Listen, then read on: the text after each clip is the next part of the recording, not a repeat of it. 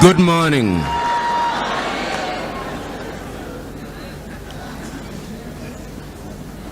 Good morning.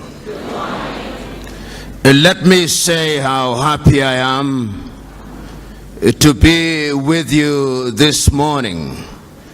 I've already been told that the congregation here present represents a number of countries from within the continent of Africa and from outside of Africa, and that it is, in a manner of speaking, the United Nations in microcosm.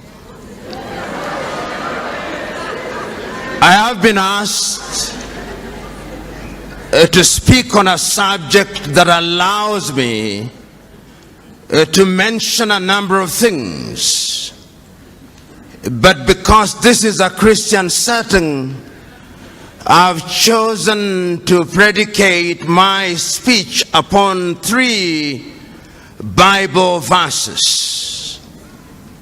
The very first one is to be found in the book of Daniel. And you will remember that in the book of Daniel, the story is told of King Nebuchadnezzar and how he conquered the territory that was occupied by the Jewish people. And we are told that immediately he made that conquest, he asked one of his officers to identify from within the ranks of the conquered people intelligent individuals. And the Bible records in that book of Daniel that they identified Daniel. They also identified an individual called Ananias, and they identified another individual called Mishael, and a third one called Azariah. And the Bible proceeds to tell us that they were all renamed Belshazzar, Shadrach, Meshach, and Abednego.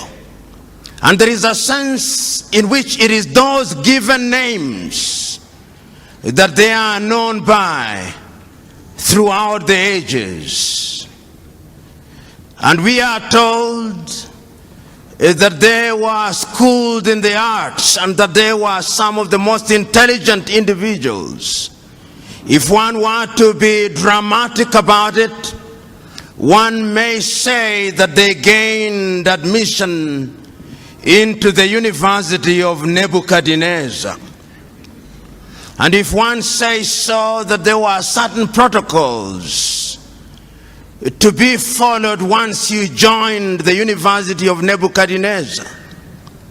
Number one, that you are to eat from the king's table and to drink the king's wine. But these individuals were so wedded to their own conviction for their own God that they made a request of the king's attendants that they be allowed to take food that was not served from the king's table. And we are told that after 10 days, they were better than everybody else. And we are further told that on the day of graduation, when they were examined, they were 10 times better than everybody else. That is the first verse in the Bible, the first chapter in the Bible, upon which I'll predicate my presentation. The second chapter in the Bible on which I shall predicate my presentation is to be found in the book of 1 Kings at chapter 18. It is a story with which you are familiar. It's the story that gives us Ahab in the Bible and gives us one of the most notorious women in the Bible, Jezebel. And we are told that there had been no rain in that land for a long time. And the story we are told of a man called Obadiah, who was sent by Ahab to go and look out for the prophet Elijah.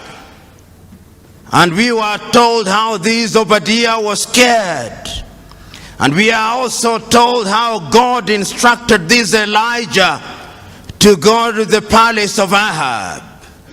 And we are told how when Elijah confronted Ahab, he told him that I'm the only one of the prophets of the Lord who is still alive. That is not to say that Obadiah had not hidden 50 others, 50 in one cave and 50 in another cave. And we are told that Elijah said, let us not be of two opinions. If indeed God is God, let us worship God. And if Baal is God, let us worship Baal. And we are told that he asked, bring out the 450 prophets of Baal and the 400 prophets of Asherah who have been dining at the table of Jezebel. And there was a competition, if you may, that took place at Mount Carmel. And the story is told of how they prayed unto their God and how they were mocked by Elijah and nothing came to pass. And ultimately, when Elijah had his opportunity, we are told that fire came down from heaven and it consumed everybody else. And we are told how the prophets of Baal were then executed. Then the final chapter in the Bible, book in the Bible, if you may, that I want to refer to is the book of the prophet Joshua, chapter 24 to be exact. And this is a very critical time when Joshua has taken over from Moses and the Israelites are about to go into the promised land. And we are told that Joshua gathered all the children of Israel, and the story is told of how he reminded the people when they were across the river that Abraham's father Terah worshiped gods other than the real God. And he tells the people, choose you now whom you shall serve. Shall you serve the gods that your fathers worshipped across the river, or the Lord of the Amorites in whose land you dwell? As for me and my house, we shall serve the Lord. I've chosen to predicate my conversation with you this morning 3 chapters in the Bible, because even if you chose not to be a Christian, they are relevant, particularly to young people and particularly to young Africans. And I'm acutely aware that there are other people who are not Africans, and that is also acutely relevant to you. Because I've been asked to talk about the time is now. And let me speak to my African brethren first. Just this morning when I woke up, I was listening to somebody who is going to be the presidential candidate in Sierra Leone, the former Director General of UNIDO. And he was wondering to himself, why is it that Africa continues to punch below her weight, economically, politically, and otherwise? We are a continent of 1 billion people, but we cannot feed ourselves. We are a continent of young people, But there is a sense in which we have no faith in ourselves. We are a continent with resources like no other continent on earth. Yet there is a sense in which we are still in the ghettos of human civilization. We are a continent which, in the words of Afro-pessimists, is a scar on the conscience of humanity. Which begs the question, what is it that we are not doing right? This particular individual said, and this is what he said, that Africa still suffers from the Garden of Eden syndrome. And the Garden of Eden syndrome is that God has placed you into the Garden of Eden and you partake of the fruits without any labor. We have forgotten that after the fall of man, there was a divine instruction: go out and subdue the world, because from the sweat of thy brow thou shalt eat. There is a sense in which the 3 books in the Bible that I talk about speak to my agenda. They speak to the entire question of choice. And let me tell you one thing. The African continent has been traumatized and remains traumatized to date. Africans were enslaved. Africans were colonized. Africans claim that we gained our independence, but the neo-colonial project is alive and well. Speak to Ngugi wa Thiong'o, he'll tell you that our minds are still colonized. And that is why he talks about decolonizing the mind. Because throughout the ages, the battle has always been the battle of the minds. That is where it is won and lost. And one of the things that I've discovered over the ages is that those who want to control you, the first thing that they do is to change your name. Even God changes his name when he wants to deal with you. When you are Abraham, he makes you Abraham. When you are Sarai, he makes you Sarah. And the very first thing that the colonialists did was to change our names, to convince us that a Christian name could only be Andrew and Mary and Jane and all these other names, that Kamau cannot be a Christian name, that Njoroge cannot be a Christian name, and we believed it. And I'm submitting to us that there is a sense in which our minds are not free. I'm submitting to us that even your generation is not free. I'm submitting to us that in that book of Daniel, even though their names were changed to Shadrach, Meshach, and Abednego, and Belshazzar, there is something that they did not allow to change in them. They refused to eat meat or anything that was sacrificed to the idols. And you remember that day when Nebuchadnezzar put forth an image which was 6 cubits high and 6 cubits wide. And they reported to Nebuchadnezzar that this young man had refused to worship this idol. The young man said, we shall not worship it because the Lord that we serve is going to save it. But even if he does not, we shall not bow down. And the story is then told that when they were thrown into the fire, those who threw them into the fire were consumed by the fire. But within a few minutes, Nebuchadnezzar himself said, but we threw in 3 of them, but there appears to be a 4th man who is like the son of the gods. I'm submitting to us that at all critical times in history, we have to make painful choices.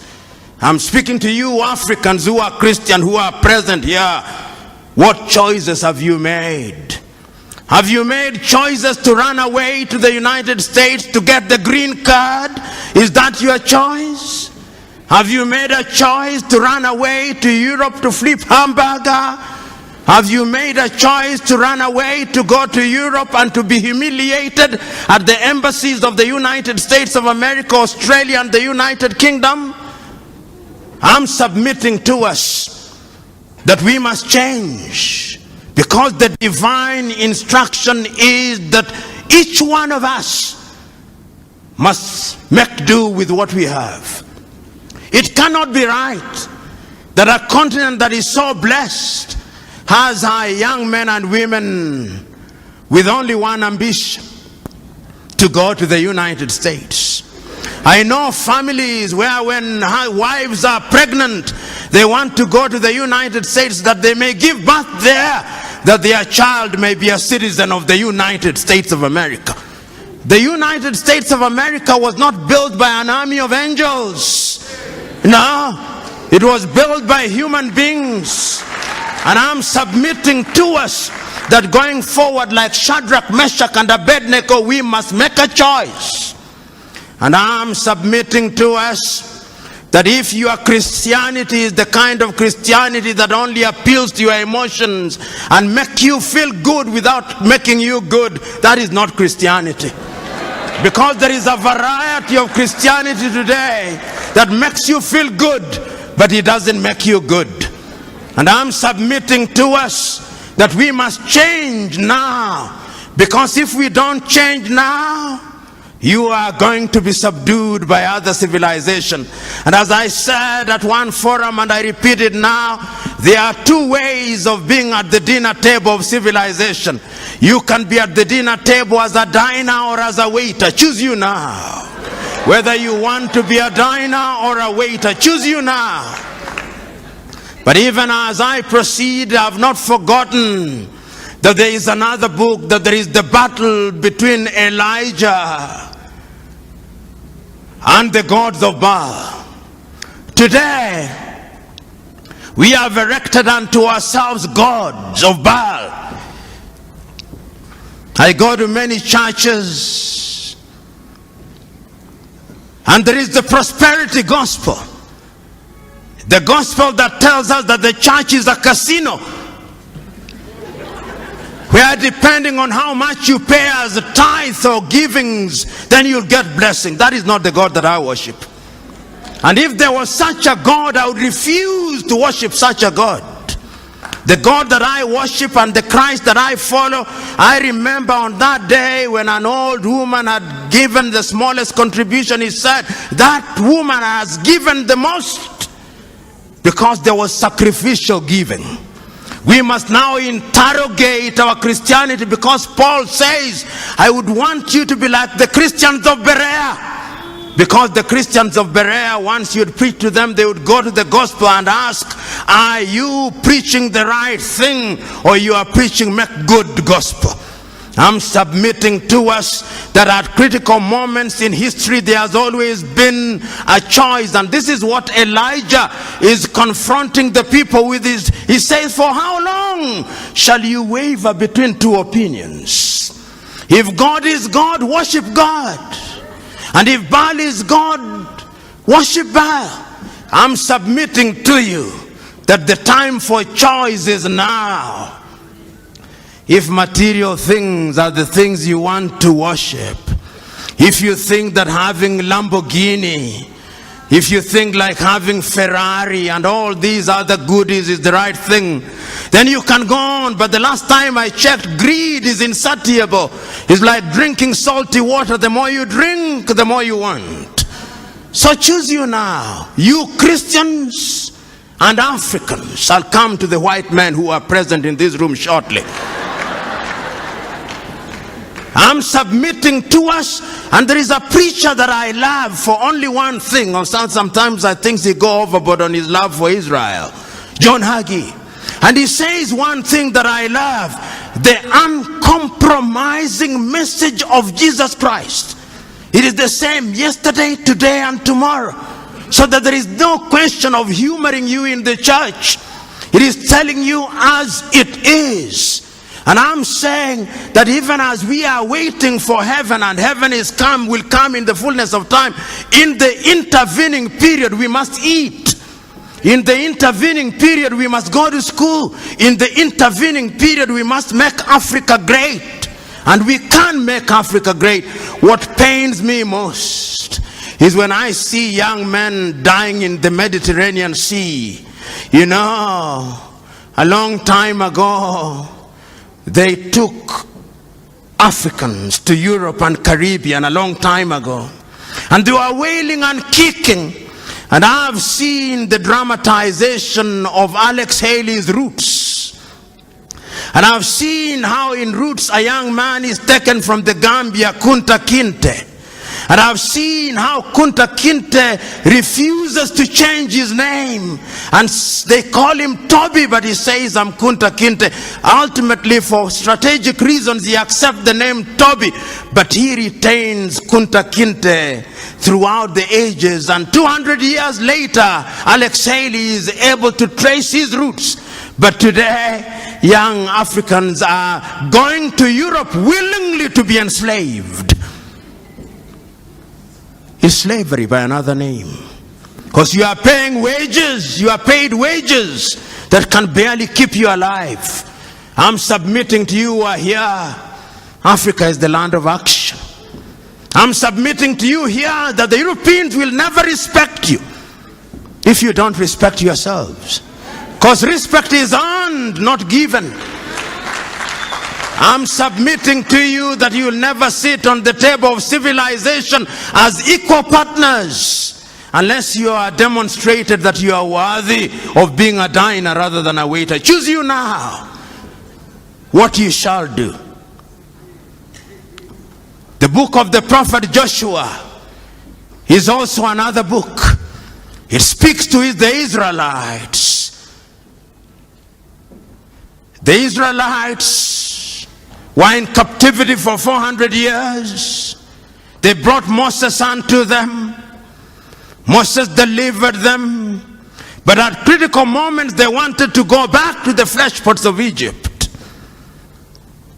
At critical moments, God parted the Red Sea. At critical moments, there was a pillar of fire to separate them from the Pharaoh. But they still went back to their old ways. And an aging and a dying Joshua is telling them the point for making the choice is now. When we were taken away from Ur of the Chaldeans, Terah was worshipping idols. Abraham was worshipping idols. There was a change in him and he became Abraham. And now you have come to the land of the Amorites. And you are worshipping their gods. Choose you now whom you shall serve, the Lord God or the Lord of the Amorites. As for me and my house, we shall serve the Lord. I'm submitting to us now. Choose you now whom you shall serve, the Lord whom you only serve on Sundays, or the Lord that is immanent and must be served every minute. Choose you now. As Christians and as Africans, one can go on and on, but let me turn to the white people who are present in this assembly, who are our brethren.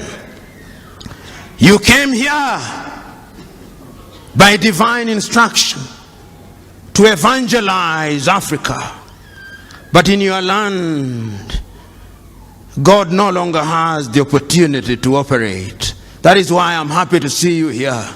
Because Africa now leads in evangelization. And this is how God operates. There was a time when the white men came here to evangelize. They lost God. I'm not saying that there is a godless society, but there is a sense in which when one travels to Europe, one sees cathedrals being converted into discotheques and museums. And here we are struggling to operate in a tent. How I wish that we could have the faith spoken of in the Bible, that we could uproot the cathedrals that they may settle here. But I know that that is wishful thinking, that there is no abracadabra in this thing, that I know. But I'm submitting to us that your presence here is a good thing. Is a demonstration that we are children of God, children of a God of diversity. You know, And this is very ecumenical. Some of you will be offended, but I do not care whether you are offended or not. The great Mahatma Gandhi, whom I respect, was not a Christian, but at a critical moment one day he said that he remembers one day in his homeland in Gujarat, when the person who was presiding over the service read from the Hindu Gita through to the Jewish Torah, through to the Muslim Quran and to the Christian Bible, reading from one book to the other as if it did not matter which book was being read as long as God was being worshipped. And there is a sense in which I found power in that. You do not know the whole truth. None of us. We do not know how God operates. And that is why Christ tells us, judge not lest you be judged. There is a puritanical streak that sometimes we Christians, particularly those who are born again, have. We are quick to judge contrary to the divine instruction. Let us be slow to judge. Who knows how God operates? Who knows how he does his things? Because all of you, including myself, we are so sinful that if it was by works alone, none of you are heaven bound. None of you. You may think that you are good, you may think that you are doing all good things, but he says none of you is heaven bound except by the grace of God. And if we appreciate that, then we would be very humble. But even as I talk about these things and change now, I'm not unaware that I was asked to speak for 25 minutes. And being aware that I was asked to speak for 25 minutes lets me now move with jet-lag speed in the direction of my conclusion. What is it that I've been saying? I'm saying that we who have the advantage of knowing God, we are in a unique position because we may sin, and throughout the Bible there are many sinners. I used to wonder why God said that David was a man after his heart. This man David, who took Uriah's wife, this man David, who took Abigail, this man David, who sent Uriah to be killed, this man David, of whom the Israelites sang that Saul kills by the thousands, and David by the tens of thousands. I said, how could he possibly be a man after God's heart? But then I made a discovery that the man is so human, so prone to making mistakes and to sinning, but so devoted that when he sins, he goes to God with a contrite heart. And then I discovered that all of us must strive to do that which is good and right. Then I discovered that wherever we are, whatever we do, we must use our Christianity well. A friend of mine told me not so long ago that he was at an airport in the United Arab Emirates, and there was a signpost. Whether this story is true or apocryphal, I do not know, but I'll use it nevertheless. There was a sign that said, you can leave your things here, they are safe, there are no Christians here. And the moral of the story is one that is not far to seek. We claim to be 80% Christians, and yet we are one of the most corrupt nations on earth. Where is our Christianity? We claim in Africa to be immune from all these other things. I know there are Ethiopians here, and I'm not unaware that your economy is doing well, but yet the Oromo has a problem with the Tigrinya, and the Tigrinya with the Amhara.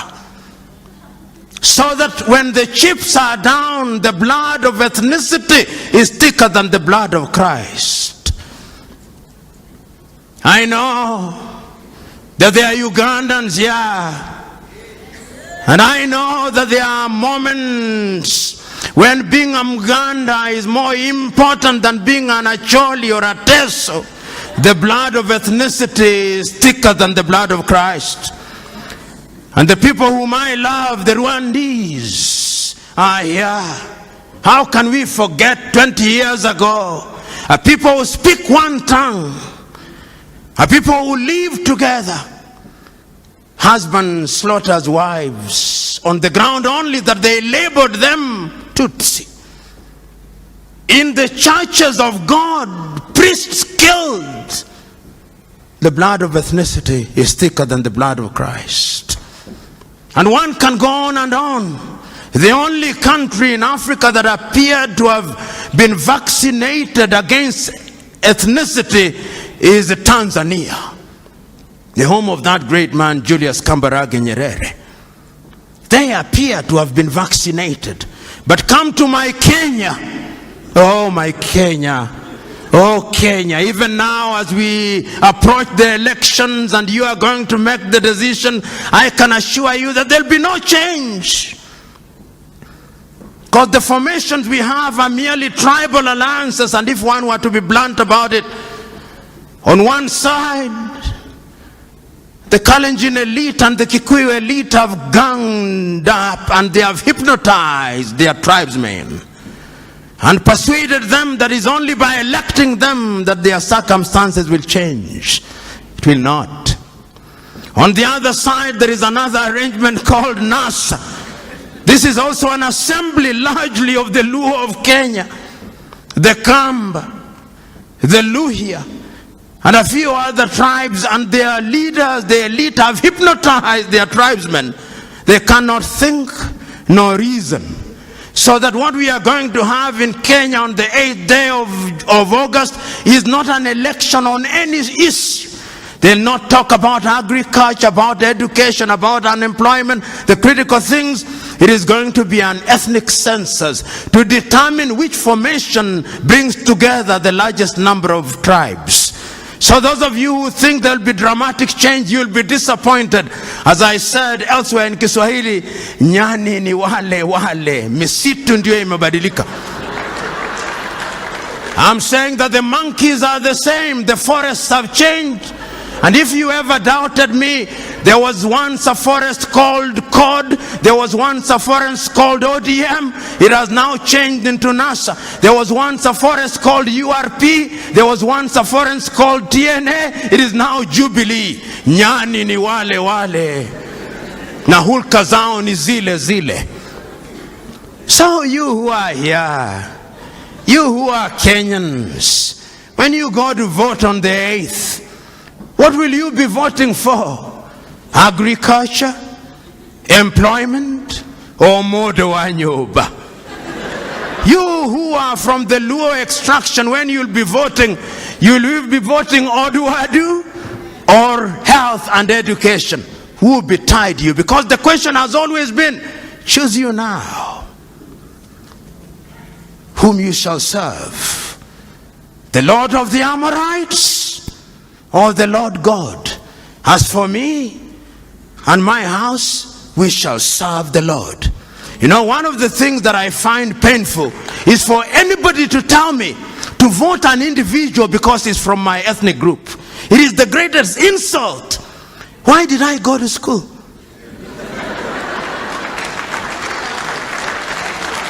You tell me what you are going to do about education. I'm about to conclude, timekeeper. The British had an election, have an election today. If you came to Kenya and listened to what, you would think that there is an animal called election, which has never been seen by any human being since creation. And that God has instructed that Kenya be the experimental ground. You listen to what is happening, yet elections are known. Is a competition of ideas.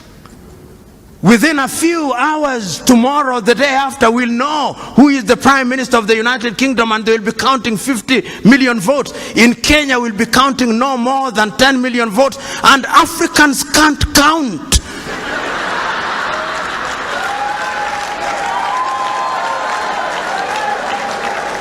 When it comes to elections, Africans can't count. And Africans never lose elections. Africans are rigged.